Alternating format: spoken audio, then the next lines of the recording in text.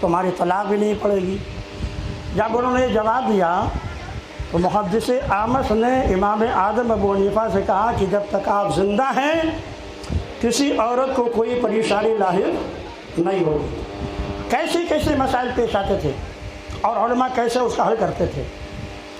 ایک ابو قتادہ تھے، قتادہ بہت بڑے فقیہ تھے، بہت بڑے فقیہ تھے۔ ان کی عادت تھی کہ جب کسی جلسے میں جاتے تھے تو اعلان کرتے تھے، علم پر ان کو اتنا اعتماد تھا، اپنے اعلان کرتے تھے سلو انی ما شئتم، جو مسئلہ پوچھنا چاہے تو مجھ سے پوچھ لو۔ اب یہ بات کوئی معمولی عالم نہیں بول سکتا ہے، بہت بڑے عالم تھے، بہت بڑی فقیہ تھے، ہزاروں لاکھوں کا مجمع ہوتا تھا اور اس میں جلسے کے بعد وہ بولتے تھے سلو انی ما شئتم، جو مسئلہ چاہتے ہو مجھ سے پوچھ لو۔ امام اعظم رحمۃ اللہ علیہ کا بچپن کا زمانہ تھا، بار بار وہ کہتے رہے، بار بار کہتے رہے، کسی کے اندر کوئی ہمت نہیں ہوئی تو ابو حنیفہ رحمۃ اللہ علیہ کھڑے ہوئے، کہا حضور اگر اجازت ہو تو یہ بچہ آپ سے ایک سوال کرے گا، اور نہ پوچھیے صاحبزادے۔ آپ فرماتے اچھا یہ بتائیے حضرت سلیمان علیہ السلام کی وہ چیونٹی جس نے اپنے جماعت کے سامنے تقریر کی تھی اور اس کی تقریر سن کر حضرت سلیمان کو ہنسی آ گئی تھی، جس کو قرآن نے فتبسم ضاحکاً کہا، یہ بتائیے وہ چیونٹی نر تھی کہ مادہ تھی؟ بتائیے، چیونٹی نر تھی؟ سرپٹا گئے، جواب نہیں دے سکے۔ کہا بیٹا تم ہی بتاؤ۔ بچپن کا زمانہ دیکھیے کتنا ذہین تھے امام اعظم ابو حنیفہ رحمۃ اللہ، بچپن ہی کے زمانے میں کھڑے ہوتے ہیں، فرماتے مادہ تھی مادہ۔ کہا بیٹا کیسے سمجھا؟ کہا قرآن کی تلاوت کیجیے نا، قرآن کہہ رہا ہے وقالت نملۃ، قالت مؤنث کا صیغہ استعمال کیا گیا ہے، مؤنث کا صیغہ مادہ کے لیے استعمال ہوتا ہے، نر کے لیے استعمال نہیں ہوتا۔ اب ان کی شباب کا زمانہ آیا تو آپ سمجھ سکتے ہیں کہ ان کے علم کا کتنا شعور ہوگا۔ بغداد کے شہنشاہ کے پاس ایک شخص آیا بہت ساری تحائف لے کر، اور شہنشاہ بغداد سے کہا میں آپ کے علماء سے ایسے سوالات کروں گا جس کا جواب کسی سے ممکن نہ ہو سکے گا۔ اچھا تم ایسا سوال کرو گی جس کا کوئی جواب ہمارا عالم نہیں دے سکے گا؟ جی ہاں۔ اچھا کہا آپ نے علماء کو بلائیے، علماء بلائے گئے، کہا میں سوال کروں گا تو سوال کرنے سے پہلے میرے لیے ممبر بچھا دیجیے، ممبر پر کھڑے ہو کر میں سوالات کروں گا۔ شہنشاہ نے ممبر بچھوا دیا۔ اب یہ شخص کھڑا ہوا، سوال سنیے اس کا۔ پہلا سوال وہ یہ کرتا ہے یہ بتائیے خدا سے پہلے کون تھا؟ خدا سے پہلے کون تھا؟ پہلا سوال۔ اور یہ بتائیے خدا کرتا کیا ہے؟ یہ دوسرا سوال تھا۔ اور یہ بتائیے کہ خدا کا چہرہ کس طرف ہے؟ تین سوالات اس نے کیے۔ خدا سے پہلے کون تھا، خدا کا چہرہ کس طرف ہے، اور خدا کرتا کیا ہے؟ بار بار وہ ممبر پہ اس سوال کو دہرا رہا ہے، علماء خاموش ہیں۔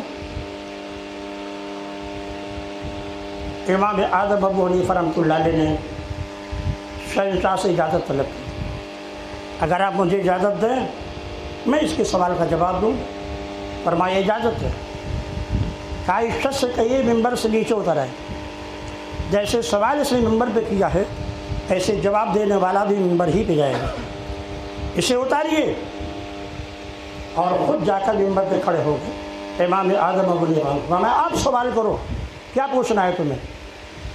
اس نے پہلا سوال کیا بتائیے خدا سے پہلے کون تھا؟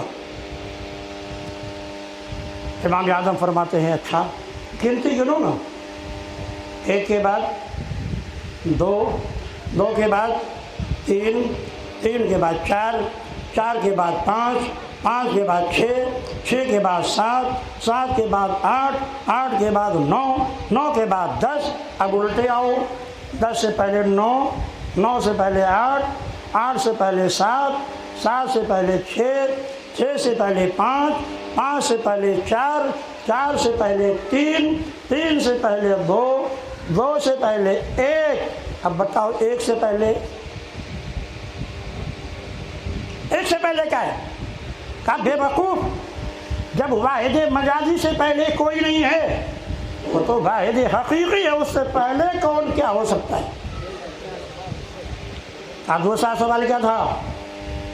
آئیے بتائیے اس کا چہرہ کدھر ہے؟ آپ نے شہنشاہ سے کہا کہ موم بتی جلوا دیجیے، موم بتی جلوائی گئی۔ امام اعظم پوچھتے ہیں اچھا بتاؤ اس شمع کا چہرہ کدھر ہے؟ بتاؤ کدھر ہے شمع کا چہرہ؟ اور اس کی روشنی تو ہر طرف ہے۔ کہا یہ شبہ مجازی ہے، جس کے تم چہرے کا تعین نہیں کر سکتے تو وہ نور حقیقی ہے۔ اس کا علم، اس کی سماعت، اس کی بصارت ہر چیز کو گھیرے ہوئے وہ سب کچھ دیکھ رہا ہے، سب کچھ سن رہا ہے۔ کہا تیسرا سوال کیا تھا؟ وہ کرتا کیا ہے؟ یہی کرتا ہے کہ تم جیسے سوال سائل کرنے والوں کو ممبر سے نیچے اترتا ہے اور مجھ جیسے جواب دینے والوں کو ممبر پہ چڑھاتا ہے، یہی سب اس کا کام ہے۔ دنیا میں جو کچھ ہوتا ہے قابل موجود ہے، اس کے حکم کے بغیر کوئی چیز حرکت نہیں کر سکتی ہے۔ بتانا یہ ہے کہ جب بھی امت پر کسی طرح کا کوئی مسئلہ درپیش ہوتا ہے تو علماء سامنے آتے ہیں۔ سرکار غوث اعظم کا واقعہ سنیں، ان کے زمانے میں ایک آدمی نے قسم کھا لیا، آج اگر میں ایسی عبادت نہ کروں جسے دنیا میں کوئی نہ کر رہا ہو تو میرے بیوی پتی نکلے۔ اب اس کا قسم دیکھیے کیا قسم کھایا، آج اگر میں ایسی عبادت نہ کروں جو دنیا میں کوئی نہ کر رہا ہو تو بیوی پر 3 طلاق۔ کیسے معلوم ہوگا کہ آپ جو عبادت کر رہے ہیں دنیا میں کوئی نہیں کر رہا ہے؟ کیسے معلوم ہوگا؟ دنیا بے شمار ہے، کوئی نماز میں ہے، کوئی روزے میں ہے، کوئی حج ہے، کوئی زکوٰۃ ہے، کوئی ذکر ہے، کوئی تلاوت، ہر عبادت اللہ کی ہر وقت کی جا رہی ہے۔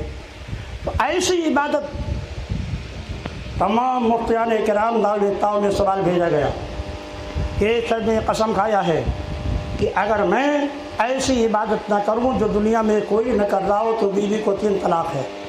ہر دارالفتاء سے ہی جواب آ گیا کہ اب وہ بچ نہیں سکتا، اس لیے اس کی بیوی پر 3 طلاق واقع ہی ہو جائے گی۔ دیکھیے سارے مفتیوں نے ہی جواب دیا۔ اب ان کی اہلیہ سرکار غوث اعظم کے پاس گئی۔ سرکار غوث اعظم اپنے وقت کے خالی شہنشاہ ولایتیں نہیں تھے، شہنشاہ علم و فن بھی تھے۔ بڑے بڑے مفتیان کرام، علماء کرام جب کسی مسئلے میں الجھتے تھے تو سرکار غوث اعظم کی بارگاہ میں جا کر جبی سائی کرتے تھے اور اپنی جواب کو وہاں سے حاصل کرتے تھے۔ آپ کے پاس یہ مسئلہ ہے، دیکھیے کتنا آسان جواب دیا۔ فرمائے تو بہت آسان ہے بھائی، اس آدمی سے کہہ دو کعبہ شریف چلا جائے، تھوڑی دیر کے لیے کعبہ کو خالی کرا لیا جائے، یہ 7 طواف کر لے۔ اب دنیا میں کعبہ ہی تو ایک ایسا گھر ہے کہ جب سب گھر کو خالی کرا لیا گیا، یہی ایک ایسی عبادت کر رہا ہے جو دنیا میں کوئی نہیں کر رہا ہے، اس کے بیوی پر طلاق نہیں پڑے گی۔ یہ دارالفتاء جب آپ کسی پریشانی مبتلا ہوں گے انشاءاللہ آپ کی رہنمائی کرے گا۔ مفتیان کرام کی تربیت کیسے کی جاتی ہے؟ سیدنا امام اعظم رحمۃ اللہ علیہ کے شاگرد رشید امام ابی یوسف ہیں، بہت بڑے عالم، بہت بڑے امام، مجتہد تھے اپنے زمانے کے۔ ایک بار ان کے دل میں خیال پیدا ہو گیا کہ اب تو میرے پاس اتنا علم آ گیا ہے، لہٰذا میں اپنی الگ درسگاہ قائم کر لوں۔ الگ درسگاہ میں بیٹھ گئے۔ امام اعظم ابو حنیفہ رحمۃ اللہ علیہ نے ایک شاگرد کو بلایا، فرمایا کہ جاؤ ابو یوسف سے مسئلہ پوچھو۔ سکھا دیا آپ نے، جا کے پوچھو ابو یوسف سے اس کا جواب۔ گئے اور کہا حضور یہ بتائیے، دھوبی کو ایک آدمی نے کپڑا دیا تھا دھونے کے لیے، دھوبی کپڑا دھونے کے لے گئے، لیکن جب کپڑے کے مالک نے دھوبی سے کپڑے کا مطالبہ کیا تو دھوبی کہتا نہیں دیں گے، نہیں یہ کپڑا آپ کا ہمارے پاس، انکار کر دیا اس نے۔ مگر کچھ دنوں کے بعد اسے خدا کا خوف پیدا ہوا، وہ کپڑا دھل کر کے مالک کے پاس لے کے آیا۔ اب بتائیے وہ دھونے کی اجرت پائے گا یا نہیں پائے گا؟ دھونے کی اجرت پائے گا یا نہیں پائے گا؟ ابو یوسف نے کہا پائے گا، فرمایا غلط کہا آپ نے۔ کہا نہیں پائے گا، کہا یہ بھی غلط کہا آپ نے۔ کہا پائے گا، کہا یہ بھی غلط، کہا نہیں پائے گا، کہا یہ بھی غلط۔ حیران ہو گئے، فوراً اپنی درسگاہ سے اٹھے، اپنے استاد محترم امام اعظم کا قدم چوما، سمجھ گئے کہ یہ سوال ان کے سوا کسی کا نہیں ہو سکتا ہے۔ آپ مسکرا کے فرماتے ہیں ابھی کامل استاد بنے ہی نہیں اور اپنے دارالفتہ الگ تم نے قائم کر لیا۔ پھر تا زندگی امام ابو حنیفہ رحمۃ اللہ علیہ کے ساتھ وہ رہ گئے اور کبھی الگ درسگاہ انہوں نے قائم نہیں کی۔ کہا حضور جواب کیا ہے؟ فرمایا جواب یہ ہے کہ اگر اس نے مانگنے سے پہلے کپڑے کو دھل دیا تھا تو ظاہر ہے اس نے کپڑا مالک کے لیے دھلا تھا، اور جب مالک کے لیے دھلا تھا تو اجرت پائے گا۔ انکار کر دیا اس نے نہیں دیں گے، انکار کرنے کے بعد اس نے دھویا، اب اجرت کرنے میں مستحق نہیں ہوگا کیونکہ اس نے کپڑا اپنے لیے دھویا۔ امام اعظم ابو حنیفہ رحمۃ اللہ علیہ کے سامنے تلامذہ بیٹھے ہوئے تھے، یہ میں اس لیے بتا رہا ہوں کیونکہ علماء یہاں بہت سارے بیٹھے ہیں، ان کو دارالفتہ سنبھالنا ہے، ایک سے ایک پیچیدہ مسائل آئیں گے۔ کبھی کوئی مسئلہ درپیش ہو، جواب سمجھ میں نہ جائے تو اجرت میں جلدی نہ کیا جائے، پوری تحقیق کر لی جائے پھر جواب دیا جائے۔ امام ابو حنیفہ رحمۃ اللہ علیہ کا زمانہ تھا، ایک شخص نے اپنی بیوی سے پانی مانگا، گلاس میں پانی لے کر کے چلی، شوہر اس کا چھت پہ کھڑا تھا اور وہ سیڑھی پر پہنچتی ہے پانی لے کر کے، شوہر کہتا ہے اگر پانی لے کر تم اوپر چڑھی تو 3 طلاق، پانی لے کر تم نیچے اتری تو 3 طلاق، پانی تم نے پھینک دیا تو 3 طلاق، پانی تم نے پی لیا تو 3 طلاق۔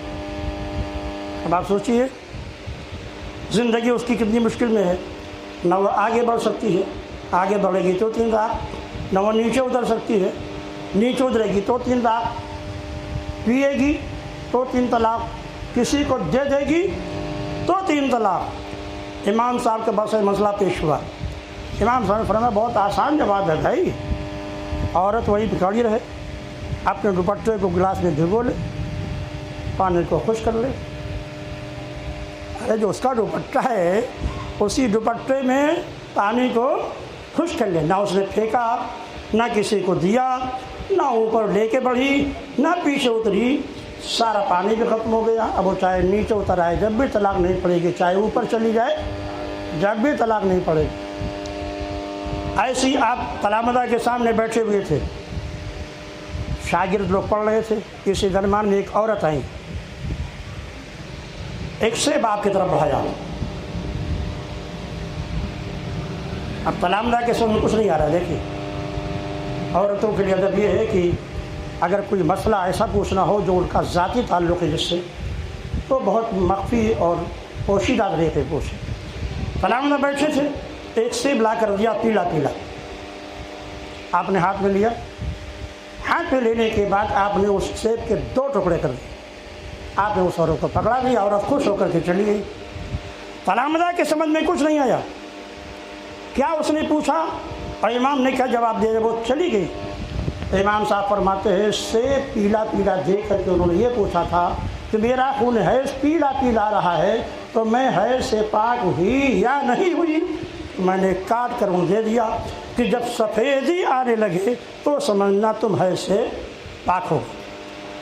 جب بھی کوئی اہم مسئلہ درپیش ہوتا، سرکار امام اعظم ابو حنیفہ رحمۃ اللہ علیہ لوگوں کے مسائل کو اس طرح حل کرتے تھے۔ مفتی وسیم کو اس بات کی خوشی ہوگی دارالفتہ قائم کر لیا ہے، مگر اس سے زیادہ ان کی ذمہ داری اب بڑھ گئی۔ ابھی تک ان کا کام خالی تدریس تھا، تبلیغ تھا، محفل ذکر تھی. اب دارالفتہ بھی جواب جو لکھیں گے وہ خالی ایک عالم کے سامنے نہیں جائے گا، پوری دنیا میں کسی کے پاس بھی جا سکتا ہے. ذرا سے نو کو پلک میں کوئی کمی رہے گی تو ہمارے علماء معاف نہیں کرتے ہیں. حاسدین بہت زیادہ ہوتے ہیں. ذرا سے کہیں اگر مسئلے میں غلطی ہوگی نا تو سارے واٹ سے پین کے خلاف ڈال دیں گے. اس لیے اب آپ کی ذمہ داری ہے کہ اپنے دارالفتہ کو کتابوں سے مضبوط کیجیے، اپنے مسائل کو یہاں حل کیجیے. انشاءاللہ میں اپنی زندگی تک آپ کے دارالفتہ کی سرپرستی کرتا رہوں گا. جب بھی علمی خدمت کی ضرورت ہوگی، مجھے کسی دنیا کی لالچ نہیں. الحمدللہ ریٹائر ہوا تھا تو 1,05,000 تنخواہ تھی. ابھی بھی الحمدللہ 55,000 روپیہ میں پینشن ملتا ہے. پروگرام کی بھرمار ہم جاتے نہیں ہیں. ہم تو دین کا کام دیکھنا چاہتے ہیں. یہ نوجوان علماء کو ہم نے اسی لیے تیار کیا ہے کہ فیلڈ میں اتریں، اللہ کی رضا کے لیے کام کریں نا. جب آپ دین اور رضا کے لیے کام کریں گے دنیا خود آپ کے پیچھے پیچھے دوڑتی چلی جائے گی، آپ کو کسی مانگنے کی ضرورت نہیں ہوگی. اس لیے بھنڈا کے سننے مسلمانوں، ماں اور بہنوں، آپ کی بھی ذمہ داری ہے کہ زکوٰۃ، صدقات، جرم قربانی، ایصال ثواب کے لیے زیادہ سے زیادہ ادارے کی مدد کیجیے تاکہ آپ کے بھنڈا کا یہ دارالفتہ ایک معیاری دارالفتہ ہو جائے اور مفتیان کرام کو کسی طرح کی کوئی پریشانی نہ ہو. علم ایک ایسی دولت ہے جسے دنیاوی مال پر بدر جہاں فضیلت حاصل ہے. سرکار صلی اللہ تعالی وسلم ایک مرتبہ مسجد نبوی میں داخل ہوئے. ایک طرف صحابہ کرام بیٹھ کر علم مذاکرہ کر رہے تھے، دوسری طرف صحابہ کرام بیٹھ کر کے ذکر و فکر کر رہے تھے. ایک طرف علماء ہیں، ذاکرین ہیں، دوسری طرف سرکار داخل ہوئے تو آپ فرماتے ہیں کلاکما علی الخیر، تم دونوں بھلے کام پر ہو. علماء جو علم مذاکرہ کر رہے ہیں ان کا بھی کام بھلا ہے، آپ جو ذاکرین ہیں ذکر کریں آپ کا بھی کام بھلا ہے. لیکن حضور نے خود جا کر تشریف رکھا علماء کے بیچ میں، اشارہ فرمایا اس بات کی طرف یہ عبادت ہو یا ریاضت ہو اس سب کے لیے علم شرط ہے. علم ہوگا تو صحیح عبادت کر سکو گے، علم نہیں ہوگا تو نہ صحیح عبادت کر سکو گے نہ صحیح امت کی رہنمائی کر سکو گے. امام صاحب بیٹھے تھے، علامہ صاحب نے بیٹھے تھے، آپ نے بچوں کا امتحان لیا. استاد کا کام ہی ہے بچوں کی ذہانت کو جانچنا. امام صاحب نے بچوں سے پوچھا یہ بچوں یہ بتاؤ ہانڈی میں گوشت پک رہا ہے، اوپر سے نجاست گر گئی، اب بتاؤ کیا کیا جائے؟ کسی نے کہا پورا گوشت پھینک دیا جائے، کسی نے کہا شوربہ پھینک دیا جائے، گوشت کو دھل کے کھایا جائے. اپنے اپنے حساب سے جہاں تک انہوں نے علم تھا جواب دیا. امام صاحب کا جواب سنیے. اگر گوشت پک رہا تھا، کھول رہا تھا اور اس میں نجاست گری تو نجاست بوٹی میں بھی سرایت کر گئی، لہٰذا شوربے بھی پھینک دیا جائے گا، بوٹی بھی پھینک دی جائے گی. لیکن اگر بالکل ٹھنڈا گوشت تھا شوربے والا اور اس میں کوئی نجاست گر گئی تو شوربہ پھینک دیں گے، لیکن جو گوشت ہے اسے دھل کر استعمال کر سکتے ہیں، شرعاً اس کا استعمال جائز ہے. قابل مبارکباد ہیں آپ کی علماء مولانا وسیم صاحب کا عملہ اور یہاں کے سنی مسلمان ہماری مائیں اور بہنیں جنہوں نے حوصلے کا مظاہرہ کیا ہے. الحمدللہ محمدی دارالفتہ آپ کے نظروں کے سامنے ہے. میں نے کچھ کتابیں موصول کو دیا ہے اور وعدہ کرتا ہوں کہ انشاءاللہ جو ضروری کتابیں ہیں میں بھی دھیرے دھیرے کر کے فراہم کرتا رہوں گا تاکہ آپ کا دارالفتہ مضبوط ہو جائے. پروردگار عالم اس دارالفتہ کو دوام و استقامت عطا فرمائے، مضبوطی عطا فرمائے. جو لوگ بچیوں کے مدرسے کا، مولانا کے مدرسے کا، دارالفتہ کی مدد کر رہے ہیں ان کے علم میں، عمل میں، رزق میں، اولاد میں اللہ برکتیں عطا فرمائے اور بھنڈا کے سارے سنی مسلمانوں کے آل و اولاد کو ہر طرح آفات اور بلیات و مصائب روزگار سے محفوظ فرمائے.